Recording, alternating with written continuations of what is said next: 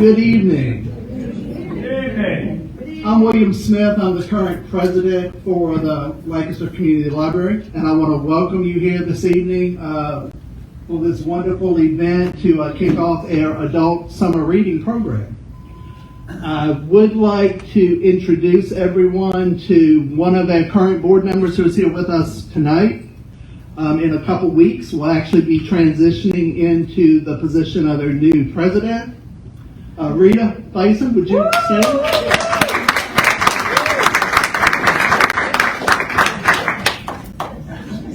Events like this would not be possible if it wasn't for our partners who work with us each year, and I would be remiss if I didn't mention those.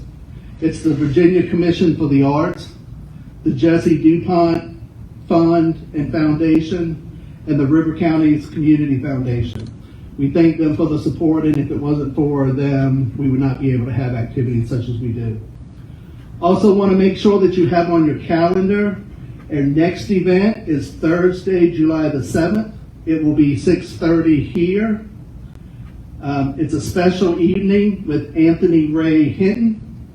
Hinton is an American activist and published author who was on death row in Alabama for 28 years. He was accused of 2 murders he did not commit. He is the author of The Sun Does Shine, How I Found Life and Freedom on Death Row, which was an Oprah Book Club pick. He was featured in the book movie Just Mercy by Bryan Stevenson. Hinton beautifully portrays the power of forgiveness. It is a community educator with the Equal Justice Initiative founded by Bryan Stevenson in Montgomery, Alabama. So if you're available, you definitely do not want to miss that. At this time, I'd like to introduce Alice, of course, who is our executive director here, and she will introduce our guest speaker for this evening. Thank you.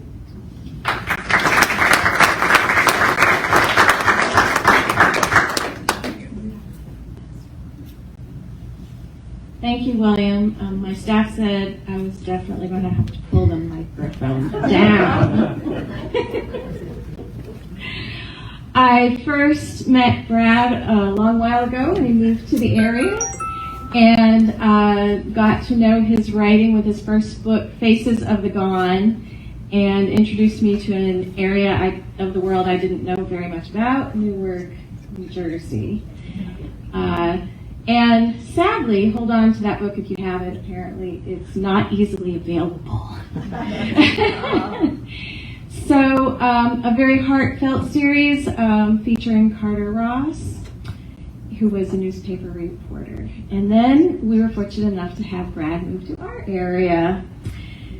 And his most recent book, Unthinkable, actually does have a local element. So if you haven't read it, you really do need to. A little bit about Brad. He's an international best-selling author, and he's the only author to have received the Seamus, Nero, and Lefty Awards. Those are crime fiction prizes. His novels have been printed in 15 languages. So, without further ado. Well, thank you very much. So, Alice, I probably should have asked you this beforehand. Do I really need the mic? Do you guys? We're recording, so I should. Facebook Live. Okay. Okay, Facebook. Okay, Facebook Live. It's okay. So, thank you very much, Alice. It is great to be back here at the Lancaster Community Library, where I have so many fond memories and have brought my children for many years, both to this facility and also to the, actually I would say the late lamented, but nobody misses that little old place, do they? I don't think. But I still have very fond memories of taking my children to the children's room with Miss Tanya, and like they really got their start as readers here at the Lancaster Community Library. So it's very special to me to be here, and this thing is not working at all. So, all right, let's try it. If I try to do it like that, this is why I always, so it's probably better for all of your safety if I stay behind the podium, for sure. I can't attack anybody that way. Wonderful, wonderful memories of Lancaster Community Library, and any place that puts books in your children's hands and turns them on to reading just ends up being an enormously important part of your heart. And as Alice suggested, she and I do have a history that goes back. Like this is not my first event with Alice. It is my first event with Alice at this library, but we've been around. Isn't that like the way things work here in the Northern Neck? Like everybody kind of knows each other and everybody's been around, and so it's great to be here for that. This also makes me think of my dear friend Lindsay Gardner, who was your director for many, many years. And Lindsay and I became great buddies. We were born a month apart in 1974.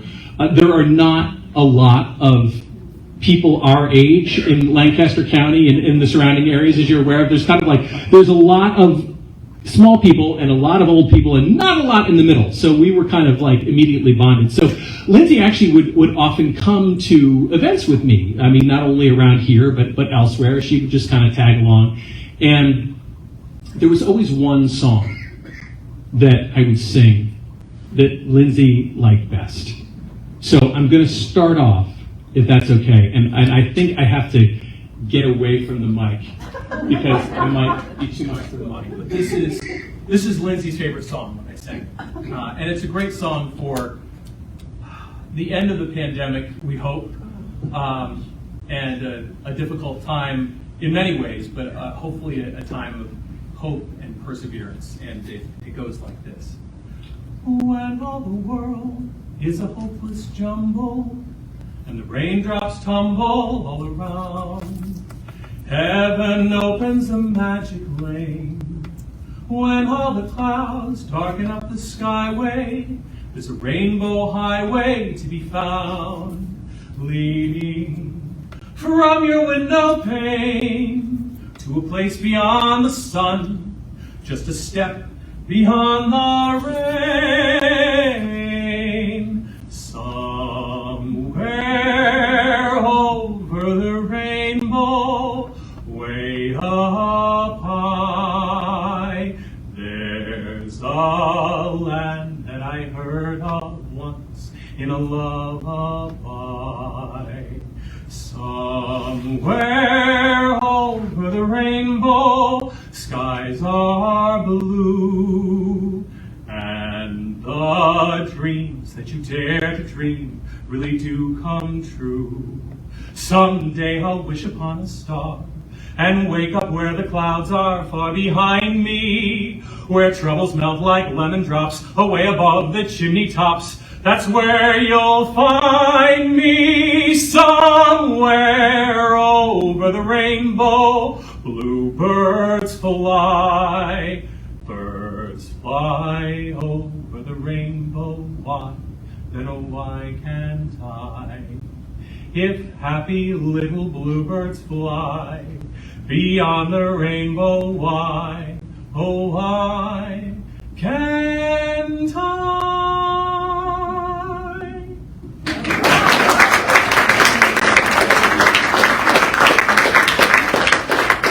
I always do like to sing. Do we have any folks from Grace Episcopal here, other than you, Susan? Oh, okay. So I've been singing recently with the Grace Episcopal Choir, which is a lot of fun because I finally get to sing again. I mean, there's, one of the many horrible things about a pandemic is you can't sing in public anymore. I mean, I know, poor Alice just now, as the spittle was flying, I want you to know, I am vaxxed and boosted. It's okay. And I don't have any respiratory symptoms or anything. So it's great to sing. And it's also, I had to say it, but it's great to sing not in a choir robe. Susan, I was looking at a video of us in the choir robes. The choir robe adds at least 50 pounds. You can have makes you look, big, blousy, like a penguin. So I want to show people I didn't gain that much weight during the pandemic. So, okay. This is weird. I was telling Alice, I haven't done an event in 3 years. Okay, so this is a little bit. I have my. I feel like I have my training wheels knocked in again. So, I want to kind of, first of all, I'll talk with you for a little bit. At the end, I will take questions, which I always love. So anything I skip or anything you're curious about, feel free to store up your questions. And of course, I will sign books. But first, I'm going to tell you what it's like to actually be an author. And today was actually, frankly, kind of a typical day for me. I woke up. First of all, I have not set an alarm for work I haven't had a job in 14 years, right? So I don't set an alarm. I kind of wake up when I wake up.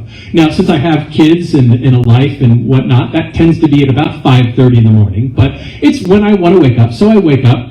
All these people during the pandemic who bragged about how, they didn't have to dress up or they got to wear their pajamas. Authors have been doing that for decades, people. We were way ahead of you. So I pull on my shorts. I gaze out at the Rappahannock River, which is just a beautiful, soul-inspiring thing.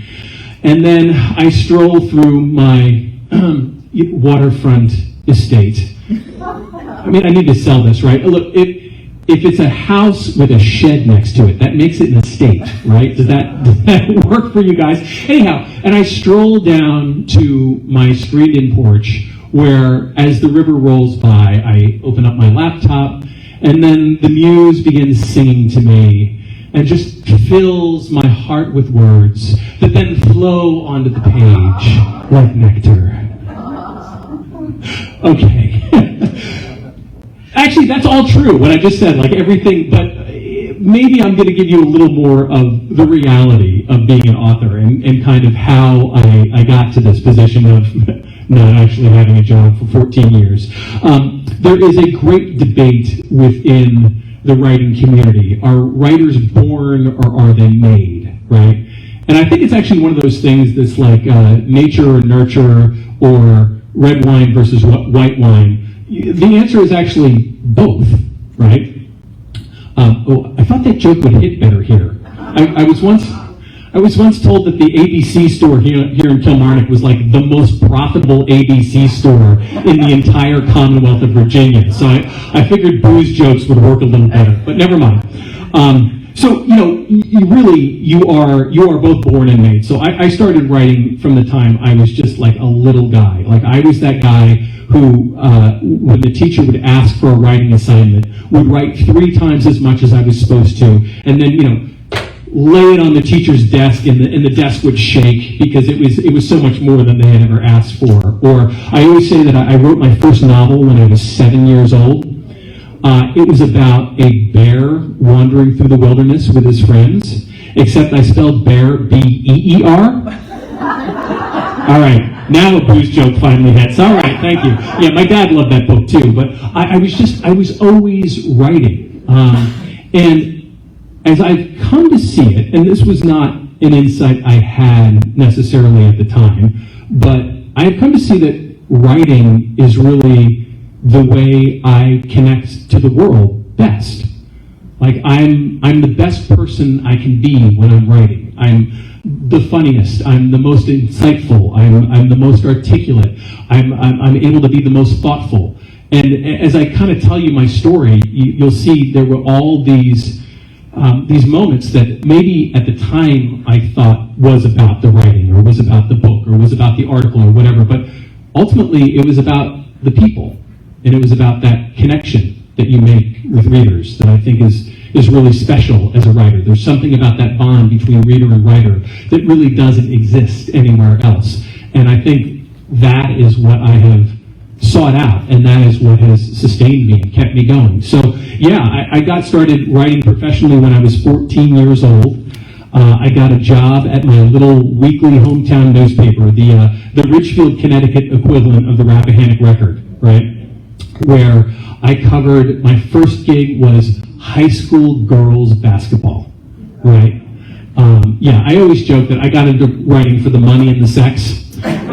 So the money was that the job would pay 50 cents a column inch, which was more than I could make babysitting. And the sex was that these girls were all tall and blonde and gorgeous. And I was this 14-year-old kid. I was short, I was fat, I had braces, like I had nothing going for me at all. But I figured if I was the one who could put these girls' names in the newspaper, they would have to talk to me and then I would get dates. Okay, maybe that part of the human connection story didn't quite work out the way I hoped. But, it did get me writing. And it also, this sounds weird, but it got me read. Like there was something very magical to me right away about, I would write something in the paper and man, are writers born or are they made? I don't know. I was a bad writer when I was a kid, right? This is not some natural thing that just came to me. But nevertheless, I would put my bad sentences in the paper and then, the parents on the team, when, the paper would come out and they'd see me at the next game and they would be like quoting things from my article. And I just thought that was incredible. Now, mind you, I was a teenager at the time, and just as Copernicus discovered, the Earth moves around the sun, teenagers think the Earth moves around them, right? And so I was pretty typical in that regard. I was thinking like, my God, I have a readership now. This is amazing. But again, as time went along, it became about the connection, and it became about reaching people with words. I will never forget, I was 16 years old, and I wrote a story about a buddy of mine by the name of Jimmy Beasley. Now, Jimmy had been diagnosed with cancer in his leg, and the cancer had been excised, and his therapy was to ride a bike to re-strengthen his leg. Well, Jimmy Beasley ended up becoming a champion cyclist, right? So great story, your classic feel-good sports story. So I write the paper, I write the article, I put it in the paper, and I see Jimmy in physics class the next day, because we have physics together. I'm like, hey, Jimmy, what did you think of the article? He's like, oh yeah, it was great. And he said, and my mom cried when she read it. And it was like, again, one of those kind of mind-blowing, she cried. And the idea that words could move people in that way, that a story could move people in that way, kind of blew my 16-year-old mind. And it made me realize, it was another one of these milestones, like, this is maybe what I'm meant to do, right? So I kept writing all through high school, I kept writing all through college. I actually founded, and I remained a sports writer, I founded my own sports newspaper in my dorm room. My copy editor was actually now my wife and the mother of my children. But if you ever want to find out whether someone loves you or not, and whether you will be able to endure through the trial that is marriage, what I now recommend to people is make your would-be spouse sleep in your dorm room where you're laying out your newspaper. And then you're laying it out until late at night because you have to get it to the press at 6 o'clock in the morning. And at about 3 o'clock in the morning, honey, wake up. My wife turns out to be like one of the best natural copy editors I've ever met. Like she can spot a typo from across the room. So she would copy edit my newspaper at 3 o'clock in the morning before I took it to the printer. And here we are, happily married with 2 children all these years later. But anyhow, so I had this paper that I ran in my dorm room, and I actually parlayed that into an internship at the Boston Globe, a wonderful paper. And that summer, and again, this is about like the things that happen to a young writer that make you realize maybe this is what I'm meant to do. So that summer, a tragedy struck, actually. A classmate of mine, so I'd gone to Dartmouth College, and a classmate of mine named Sarah Devins, who was, without exaggeration, one of the best 3-sport athletes in Dartmouth history. She was Olympic development level in field hockey, ice hockey, and lacrosse. I mean, she was just a remarkable athlete. Took her family's shotgun, placed it under her chin, and pulled the trigger with her toe. And she came from a very prominent Boston family. Fort Devens is actually named after her family. And so this became kind of a big news story. I ended up writing a front page story about that for the Boston Globe. And it continued to be a big news story. Like Sports Illustrated sent reporter, the Washington Post sent a reporter, all trying to get what really happened with Sarah Devins, right? Well, the Boston Globe wasn't going to send me because I was their 21-year-old intern. However, I had this newspaper that I was running out of my dorm room. So my assignment to myself, when I returned in the fall, my very first article I was going to write was to really tell the Sarah Devon story, because the kind of very easy conclusion that these much larger publications had reached was that it was the pressure of playing 3 sports at such a high level that had made her do this. Except I knew Sarah, and I knew how much she loved her teammates, and I knew how much she loved the game she played. And if it's the pressure of playing 3 sports that gets you, why would you kill yourself in the summertime, which is the one time when you're not playing these 3 sports? So I did what good journalists do. I went after the truth, right? And I interviewed her coaches, I interviewed her friends, and this kind of fuller picture emerged of a difficult family life. Her mother had left her father for another woman. This was in the mid-'90s, so, a very different time for that sort of thing. Her father was one of these relentless sports dads. You scored 2 goals, why didn't you score 3? And I printed this in my paper. Well, this very prominent family from Boston was not thrilled to see this in print. They immediately tried to get, they did get my newspaper's advisor to resign. They actually tried to get my paper shut down until the Dartmouth College lawyers explained to them, well, there is this thing called the First Amendment. We're very sorry. And for a young reporter, it was this jarring thing, like, what had I done? I had done this horrible thing. But then something else started happening. And mind you, this is, again, mid-'90s. I think everybody here remembers it pretty well. There wasn't email, or there was, but it wasn't really all that widespread. And people actually communicated with you the old-fashioned way. They wrote letters. And I started receiving these letters from people who had seen Sarah play, from people who knew Sarah, and they all said the same thing. Thank you. Thank you for helping us make sense of this, because her death had been incredibly painful for everyone, for the entire community, and nobody had really understood it. And not that you could ever understand something like that, right? But it at least gives some context. It at least helps you know what was going on in this young life, that she felt like she had no other option, that she was so desperate to escape. So again, as a young writer, that was a thing that made journalism and storytelling feel like a calling. And so there I was, a senior at Dartmouth College, and all of my friends are going off to become investment bankers or lawyers or whatever. And I decided I was going to be a writer.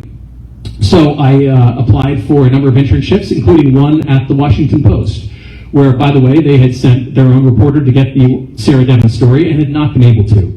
So that I was able to come back with this story, they hired me. I then got hired full-time at the Washington Post. I then left there and went to New Jersey with the Newark Star-Ledger, and it was all wonderful. I mean, as a young person, being a daily journalist is a great thing. It exercises the writing muscle like nothing else, because every day you have to go out and find another story and tell another story, and you're doing it on this fearsome deadline where, believe me, you can't get too precious with your words, right? Like I'll always remember when my sports editor told me I was going out to cover a Yankees game for the first time, and the entire paper, I was working for the Newark Star-Ledger in New Jersey at this point, every edition of the paper would hold for the Yankees' final score. All right? And so as soon as the game is over, I have to hit the send button. And my sports editor explained to me, he said, do you know how much it costs the paper for every minute we have to wait? I said, no, what it? $15,000. Because the presses are waiting, the trucks are waiting. It's New Jersey, so everybody's union, you know what I'm saying?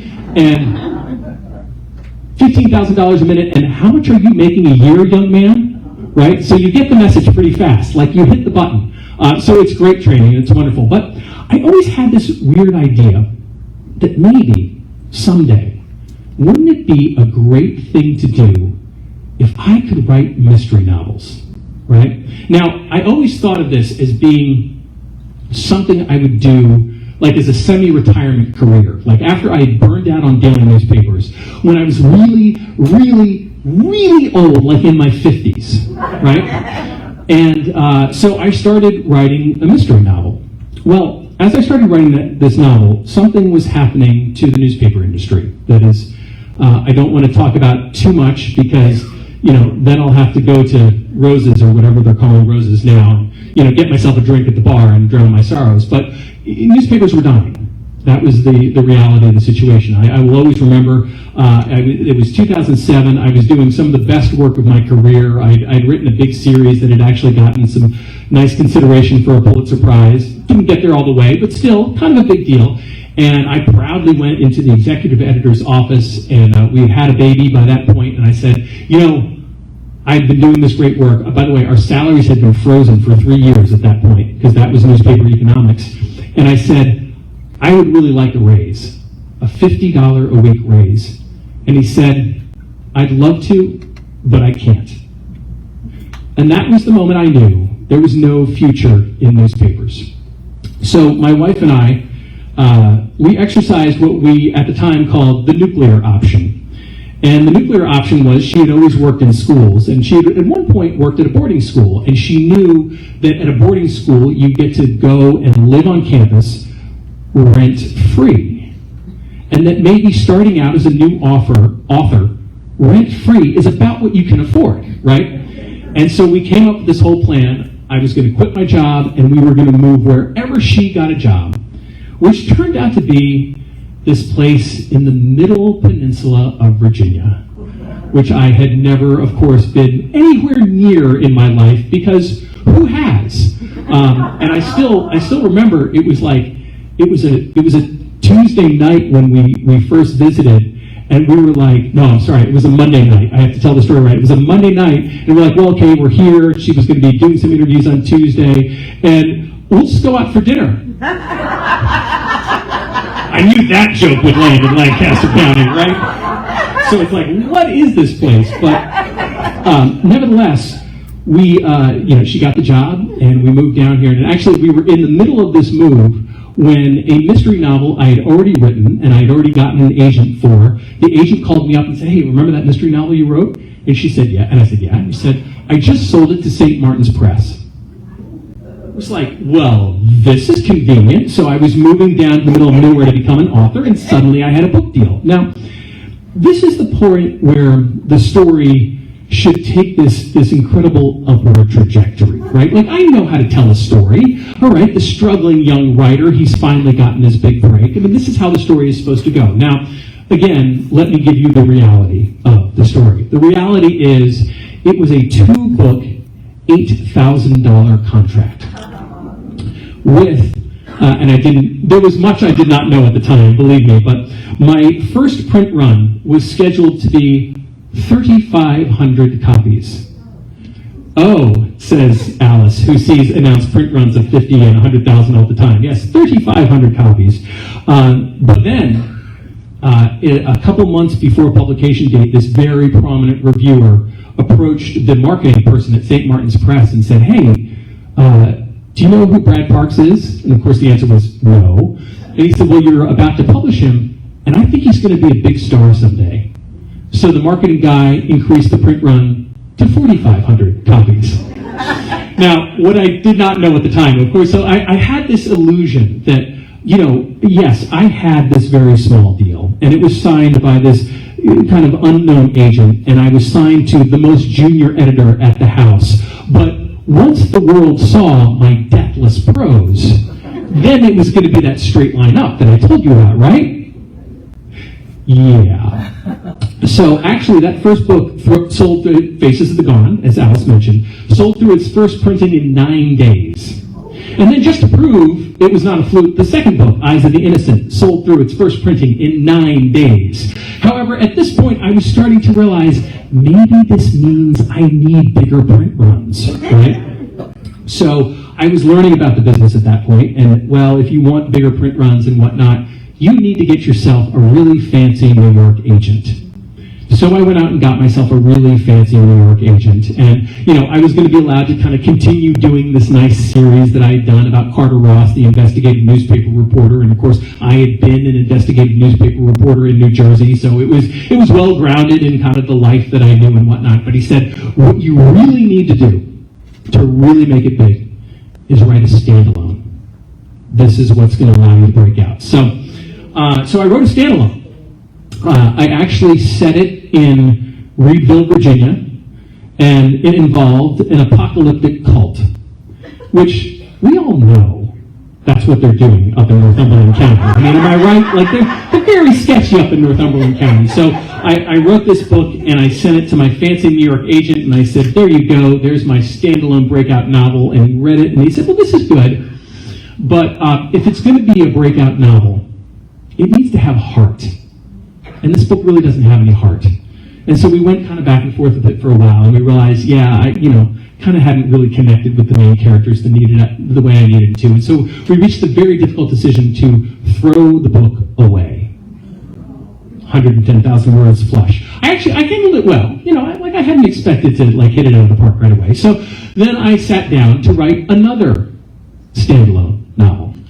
This one I set in Matthews County, which has always fascinated me because I think it's the only place on earth that has more no trespassing signs than people, right? Like, what's going on there and what secrets do they have? So I set it in Matthews County. I wrote the whole thing. I sent it off to my fancy New York agent. And he said, well, this is good, but if it's going to be a breakout novel, it needs to have twists, bigger twists. And this book just doesn't have enough twists. And we kind of batted it back and forth and, again, reached the conclusion we had to throw the book away. 110,000 words, flush down the drain again. This time I was not quite as sanguine about it. I always say that the first time I ever saw my dad cry was when his father died. The first time my kids saw me cry was when that book died. All right?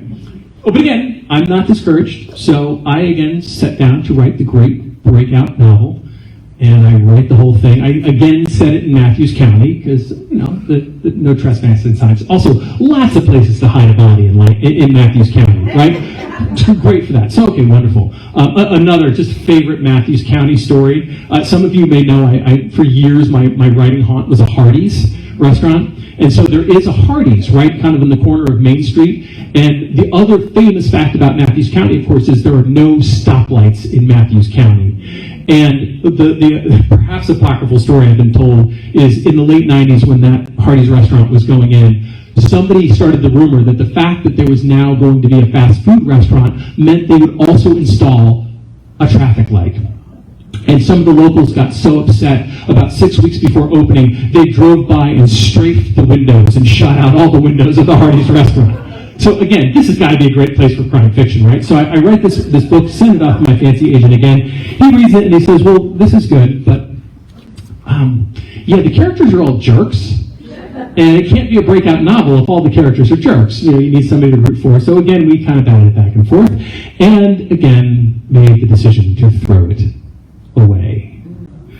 This time I handled it in a very mature fashion. I snapped at my kids for no reason, stormed out of the house, went to the Food Lion in Saluda, bought a box of cookies, and ate them in the parking lot with tears streaming down my face. That's how you're supposed to deal with your feelings, right? I think. Anyhow, I came back from that, and that was a real low point, except there were more low points to come. And I said to my wife, look, I think I might be done here. I don't know what to do. I've tried to write this standalone 3 times. I've failed every time. And that was where my wife said, we talk a lot about grit in our family. Grit is, of course, that perseverance in the face of long-term goals. We try to raise gritty children. We talk about perseverance a lot. And she looked at me and she said, you're the grittiest person I've ever met. I know you can do this. So again, I sat down to write the great breakout novel. And I spent a whole summer brainstorming ideas. They were all terrible. And until finally I was out for a run one day, and I fell back on some advice that a friend of mine had given me. He said, you have to write the book that scares you. And I was thinking, well, what scares me? Well, something happening to my children, right? That's the most terrifying thing possible. And so I thought, well, kidnapping, right? But then I was like, well, who would want to kidnap my children? I mean, I barely want them half the time, right? And I'm out for my run and thinking, whose children could be kidnapped? And I was kind of rounding a corner about a mile from my house, and I still remember the moment I lifted up my leg, and then it came down, and the idea hit me like that. A judge who is hearing a case of great importance, and he cannot be influenced in any way. He can't be bribed. He can't be affected. But if you take his children, he will give you the verdict you want. And so I was so excited. I immediately ran home. I started writing, so I knew my kids were going to Northern Neck Montessori School at this point, so I was over here a lot, and I knew I was going to have to pick them up at the Montessori School in the afternoon, but I wanted to start writing. Now, don't tell anybody at Hardee's this, but I wrote that afternoon at Northern Neck Burger, okay? Just keep that on the down low. And many sorrows to Northern Neck Burger, and I hope they get back on their feet after this terrible fire. So I wrote this book from beginning to end. I sent it off to the fancy New York agent. I was sure this time I had nailed it, and he called me up and he fired me. Yeah, I love that twist. Nobody ever sees that twist coming, right? Yeah, he said, look, I just don't think we can work together anymore. So I went out and found myself a new agent, and we spent many months going back and forth with the book, and then she actually sold it. So I'll always remember, I'm in my cottage. At this point, it was still a cottage on the Rappahannock River. The kind of summer cottage where you always know which direction the wind is blowing, even when you're inside. You know that cottage, cinder block, no insulation, everything like that. So I'm in my cottage. It's January, the wind is howling, and there's a bidding war for the book between Scribner, like i.e. the people who published like Hemingway and Stephen King, and Dotton Books, who publishes like Harlan Coben, or it did at the time. And actually the guy doing the bidding was Harlan Coben's editor. So I'm like being fought for by a wonderful, wonderful thing. So, and this is again where the story is supposed to just really take off in the stratosphere now, because now I've got a great publisher, I've got a great book, and man, I'm going to be killing it. And I really was, because I got blurbs from Lee Child and Sue Grafton, and this long list of people who I just like adored being, and like all this great buzz for the book built. It got starred reviews from 3 of the 4 major pre-publication review outlets. So okay, this is all good. And then it came out. And this is, believe me, not to be political in any way, but it came out in the first 100 days of the Trump administration. When, again, I don't care what your politics are, but, books require really word of mouth to get going. Ultimately, you can do all the slick marketing you want, but it really requires one person reading it going, wow, you really have to read this, right? That's what makes a book go. Everybody knows it. Except in the first 100 days of the Trump administration, nobody was talking about books, right? They were talking about what was going on in Washington, and you were either outraged or you were thrilled or whatever you were, but you weren't telling your neighbor about your book. So the book did fine, but it didn't become that breakout novel that it was supposed to. And then the editor who brought me there left for another job. This is called being orphaned.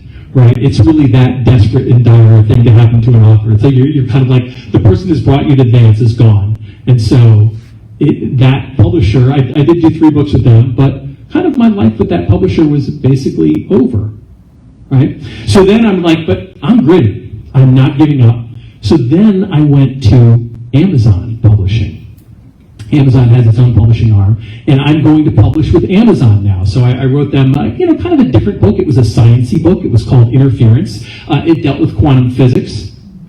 Am I seeing people's eyes glaze over yet? Good. No, that's really, and this was going to be like the thing, because I was going to trust in the Amazon algorithm to zoom me to ultimate success. Do you guys know about the Amazon algorithm? Have you read anything about it? So it's really good at, first of all, creating a few really big winners and then a whole lot of non-winners. And it's also really good at doing this thing of giving you stuff like you've already read before, right? So if you're that author who was always told your job is to write a book like nobody's ever written before, the algorithm hates you, is the story. So, as much as and by the way, I don't mean to be bringing this proceeding down. I just kind of want to give you an accurate view of what it is to do what I'm doing. Because, as the storyteller, I love stories that have beginning, middle, and end. And this story doesn't have an end yet. I really don't know how this is going to go. Certainly, you may have noticed, I'm not dead yet. which is the best thing you can say for an author, because an author can really turn it around. And I certainly haven't done poorly for myself. I also haven't become Harlan Coben, let's be honest. And there are any number of things that might work out. Like actually my latest book, Unthinkable, has been optioned by a wonderful, wonderful production company, MGM Television. You remember MGM, you know, the Roaring Lion, all that kind of stuff? So it's in production right now, or it's nearing production, or let me tell you how much they care about keeping the author in the loop about what's actually going on, right? They don't. So that's certainly a very exciting thing. And, you know, the other thing is, I'm still writing. I'm still doing this. I'm still churning my legs. And you learn that, you know, for as much as, you know, I'm this guy who's always focused on the next thing and the next thing and the next thing, maybe I've gotten to be that way a little less now that I live so comfortably on the shores of the Rappahannock River with this slow pace of life and the beautiful scenery and whatnot. And you realize that, you know what? I can't control the future. Nobody can, right? All I can do is be authentic in the moment, be who I am, write the best book I can, and hope that it will all work out, and hope that I can, you know, keep making those connections with readers. Honestly, still one of my favorite things to happen. Thank goodness this kept happening all through the pandemic, when extroverted me, who is dying to get out and talk to people, is instead stuck in my house. It's the worst thing ever, right? But I still get all these emails from readers. And it's this most wonderful, amazing thing. Like, I'm obviously very partial to a book as an entertainment vehicle, right? And I think a book is unique in the following way.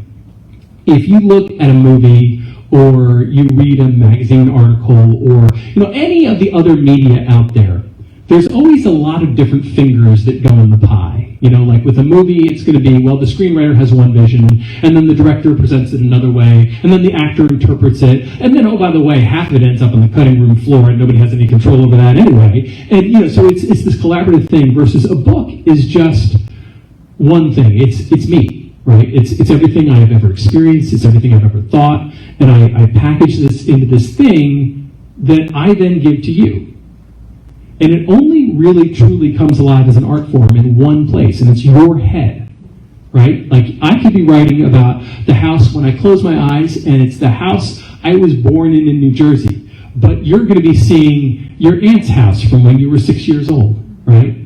And just like I bring everything I've ever created and everything I've ever seen and whatnot to the page, you're bringing every experience you've ever had to the reading of it. And, you know, together, we make this thing. And so when I get those emails from readers and they say, gosh, you know, you wrote this scene and it made me think of this time in my life, or you described this person, and, you know, did you know my friend Bob? Because that sounds exactly like Bob. And by the way, let me be honest. Hey, in the Northern Neck, you might actually know the friend Bob, right? Because this is another thing I learned in the pandemic. I rip off stuff from people's lives all the time, because I've written 11 novels, and that doesn't count the ones I've thrown away, right? It also doesn't count the ones I've ghostwritten. Those are a bunch more that I've done. And so, like, you kind of run out of your own material, so you're constantly gathering. Like, I'm writing a book right now where I have a character who is somewhat, she's poor, but I need to have a place where she could interact with somebody really wealthy, right? And so I had her have a side hustle repairing lacquer on sailboats, right? Plausible. Well, of course, that is the mother of somebody my kids went to Montessori school with. You know, like I actually saw her at a graduation the other day, and I said, hey, you'll never guess what I just put in a book. And then I told her she had an affair with a really rich guy. And, you know, I mean, she loved it, right? It's great. But nevertheless, like, all of this stuff goes into the book. And then I leave it to you. And you get to make of it what you will. And I continue to be astounded by that process, and I continue to be grateful for it. And I'm just so thankful when readers like you come to an event like this And I'm so thankful that you're still reading and still making those connections with me. So I guess that's my happy ending. I get to do this thing that I really love in a place that I really love. And man, not everything has worked out the way I hoped. Maybe it will someday, but maybe it won't. And I'm okay with that. So, with that said, I'd love to take your questions now. Oh, yeah, you can clap too if you want. We'll give you a chance to Yes, ma'am. At what point did you feel like you had really arrived? When I got invited to the Lancaster Community Library for an evening with Brad Parks, obviously. I don't feel that way, honestly. I mean, yes, I've been published in, I think it's actually now 16 languages. I didn't update my website. Bulgaria is going to be getting the Brad Parks experience soon enough. I mean, that's amazing. And I have like a little shelf in my home where all these foreign language books that I can't read, like that's incredible. But no, I don't feel that way. No, I'm still just a struggling author, right? I'm always one book away from being completely history. I mean, and I think that's maybe a good thing. Because I don't, I never wanted to become one of those authors, and I'm not going to mention any names only because Facebook Live is watching. If this were not on Facebook Live, I would start mentioning names, and you would start mentioning names, and we all know those authors who are just mailing it in, right? And I never wanted to be that author. So, let's not, no, shh, we're not going to mention names because of Facebook Live. But I want to be as driven or more driven now than I was when I started out, and I want to keep writing better books. That's actually one of the great things about this line of work. Back when I was a sports writer, you pretty much know by the time you're 18, if your dream is to be shortstop for the New York Yankees, you know by the time you're 18 whether or not you're going to make it. And actually, funny story, Derek Jeter, who I used to cover, was born 2 weeks after me, or 2 weeks before me. I think it was 2 weeks before me at the same hospital in New Jersey, right? And Derek Jeter is now long since retired. Everybody is giving him rocking chairs. It's, versus I'm kind of still in the middle of my career. And that's an exciting thing. And I think when I look at a lot of the authors I admire and esteem, they've really kept getting better throughout their career. And so I aspire to be that. And so I can't sit there and say, well, I've made it now, haven't I, right? Because I just think that will lead to a really bad book. And I don't want to give you a bad book. Other questions? Yes, ma'am. I have a personal question. Oh. Why did Carter live in Milburn? So Carter grew up in Milburn. All right, so this is Carter Ross, my protagonist. He was the newspaper reporter. So I always knew that, writers look for sources of conflict. Conflict, a little writer's secret, right? Conflict is what makes these books go. When you bring two very different types of people together, or two different ideas together, or two people who can't have the same thing and whatnot. So I always knew one of the central conflicts of that series was going to be Carter Ross, this stiff white guy, going into some of the poorest, roughest neighborhoods in Newark, New Jersey, where he would be the only white face. And so I wanted to exacerbate that difference as much as possible. And so Milburn is the wealthiest suburb that's right by Newark, New Jersey. And so that would be the greatest juxtaposition I could come up with of wealthy white guy and poor city. Hence Carter Ross. Yes? 8 years ago. Uh-oh. I hate people with good memories because I don't have one. Go ahead. The first author talk I came to at Lancaster Library was you. And you're still coming back. Thank goodness. And you weren't nearly as much fun. Well, that's good. So I am much happier to have that versus the what happened to you, kid? You used to be so great. So is there a question or just, okay, good. Well, God, I'll take that. Like, that's And now I can go home to my wife and be like, honey, they love me, because man, I used to stink. It was, I do appreciate that. That's actually, that might be my favorite compliment that I've gotten at a book event, and it will supplant one I got. I was doing a women's event down, and it was like a women's book club event, big 150-person room down in Florida. These lovely women, very well dressed and everything like that. One of them comes up to me and she says, you're much better looking in person than you are in your author photo. I mean, so this is good. This is, I don't know, maybe I'm having more fun. Again, I haven't gotten out of the house much. Yes, sir. Do you have a routine for writing? Do you discipline yourself so that you'll do a certain amount of writing in the first part of the day and a certain part in the second day, or how does that go? Yeah, so my discipline, I think everybody heard the question. My writing routine, I am, in addition to going and singing with Grace Episcopal Church, I am a member of another church. I call it the Church of 1,000 Words. I write 1,000 words a day. Period. End of story. No excuses, no wallowing, no anything. 1,000 words a day. And I do my best writing in the morning.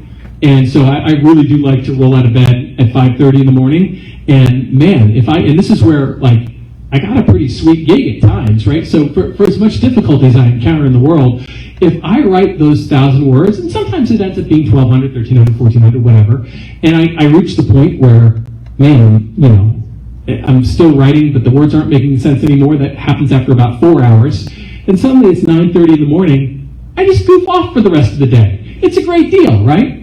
Now, if I don't get the words done in the morning, though, then I have to do them in the afternoon. Or then I have to, so there's just no exceptions. That's my thing. And so 1,000 words a day, I actually stumbled upon it by accident once upon a time. And this was after I had sold the first book, that 2-book, $8,000 contract. That was the moment where I had written this one book, and it had taken me over the course of about probably a year and a half, because I would do this awful thing that writers sometimes do. I would write really furiously for a while and then get distracted by something else, or something would happen with work or with family or whatever, and then I would put it down for 3 months, and then I would pick it back up and go, Carter Ross, who the heck is that, right? So when I signed this book contract, oh my God, I'm signing a book contract. By the way, I got this phone call July 8th, 2008. Not that I remember anything like that, but it said the next book would be due January 27th, 2009. And by the way, we were in the middle of moving from New Jersey to Virginia at that time. Half the house was in boxes. And, oh, by the way, part 2, I was going to have to edit the first book before I could even get to writing the second book. So it was about mid-August by the time I sat down to write that book. And, oh, by the way, one more thing. My wife was due with our second child in early December, right? So I sat down and been okay, I have this many days to write this novel, because I already had, from the experience of the first child, the knowledge that, not a lot of creative work was going to get done as soon as this baby comes out, right? So I figured out, I put it in a little spreadsheet, wow, if I write 1,000 words a day, I'll have a book done just barely in time. So that's when I started writing 1,000 words a day. And what I discovered was that it was actually, it was the right pace for me. I think every writer has kind of a different pace for them. 1,000 words is basically a standard newspaper. So a standard newspaper column is considered to be 800 words. So if you do that with a little extra padding, right? Gosh, I can do that. I did that all the time. And then the other beautiful thing about 1,000 words is I found that, and this is why to this day, I still write 6 days a week, 1,000 words every day. And it keeps you in touch with the story. Back then, I said it optimized my bottle washing time, because, we had a little baby, you're washing bottles all the time and everything like that. And while you're washing the bottles, that's when the ideas come to you, right? That thing that you maybe hadn't been able to work out that morning. Why would that character do that? Or how can I make this work? And then you're washing the bottles and the idea comes to you. And so that's very much still my routine to this day. Church of 1,000 Words. I'm an absolutely faithful parishioner.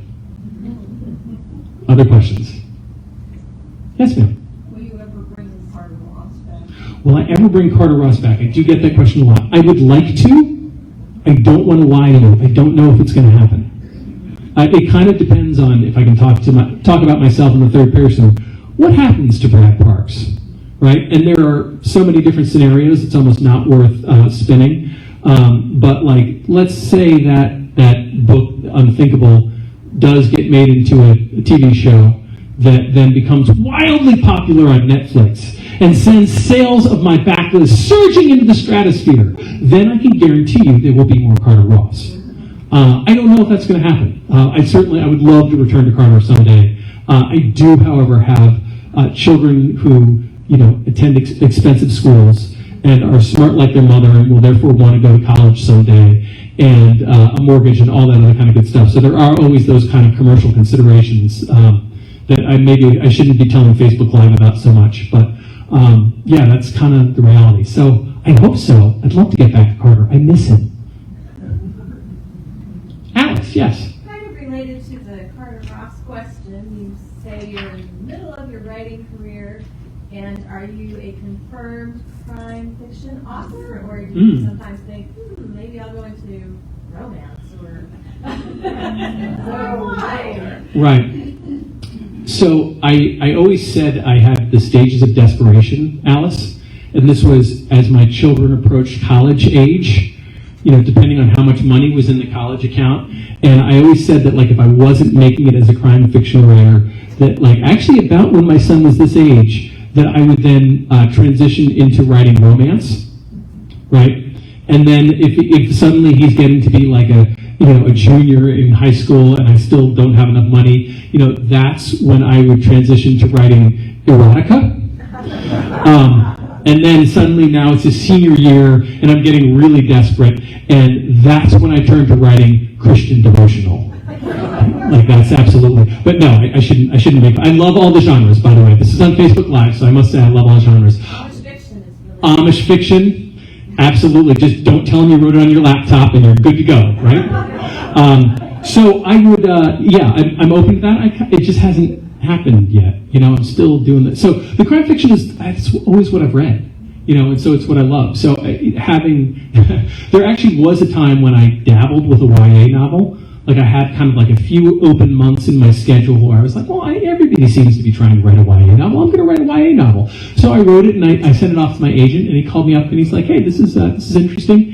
Have you ever read a YA novel? I was like, no. He said, it shows. So I think having respect for it, if I made that kind of move, it would involve a lot of study and a lot of things that I haven't done yet. Because I do have respect for genre, and the genre expectations are meaningful. You can't, and you don't want to, if I'm reading a thriller novel and I bump across some really hackneyed, tired, cliched approach, you just close the book, throw it across the room. This is awful. And I would hate to make that kind of mistake in romance or in something else. But yeah, I ultimately have faith that stories are stories, right? And the elements of stories, whether, how to build suspense and how to build characters and how to work in twists and everything like that. Those things they go across all genres. So I haven't ruled it out, but I also haven't done it yet. Yes? Do you have a personal favorite of all your books? Would it be Just Say Nothing because of the turn and turn? Yeah, so I always get asked this question. Unfortunately, I always say, books are like my children. They're unruly and difficult at times, but I love them all differently. And, I really couldn't pick a favorite. I really, there are aspects of, I try to make every book better than the last one. I want there to be something about each book that I can say, okay, that was better than anything I've ever done. So in that way, I'd like to say I get better as I go. So, not to toot my own horn, but Unthinkable was hailed by Kirkus Reviews, I believe, as a textbook one sitting read. I've never had that comment before of the language and the story itself was so propulsive, you literally didn't want to put it down. And I was very proud of that aspect of that book, right? So, I don't know. Maybe I'm still... So, no. Did you like how much I dodged that question, by the way? I just tap danced around that one completely. No, I really don't. Are there any, look at those unruly kids in the back there. You guys are just all troublemakers. Yeah, I see you back there. Just because you're sitting in the back doesn't mean you get to hide. Are there any questions in the back, especially since I can't see all of you? No, they're unruly but quiet. Fair enough. All right, right, well, then otherwise, I think we are done. So I have a pile of books that I pulled out of my basement. Many of them haven't been out of my basement in 3 years. I'm selling them all for $20 a piece because that's what they cost me, and that keeps the math easy. Unfortunately, I don't take credit cards. I don't have one of those little square things. Bear in mind, people, I literally have barely done a book event in 3 years, so I'm like completely, but I do take cash, and of course, this being the Northern Neck, I do take checks because literally I know where you all live. So I'm happy to take a check. And otherwise, I thank you all once again for coming. Thanks to Alice and the board and everybody at Lancaster Community Library. And yeah, I've had fun. I'll see you guys around. Thank you.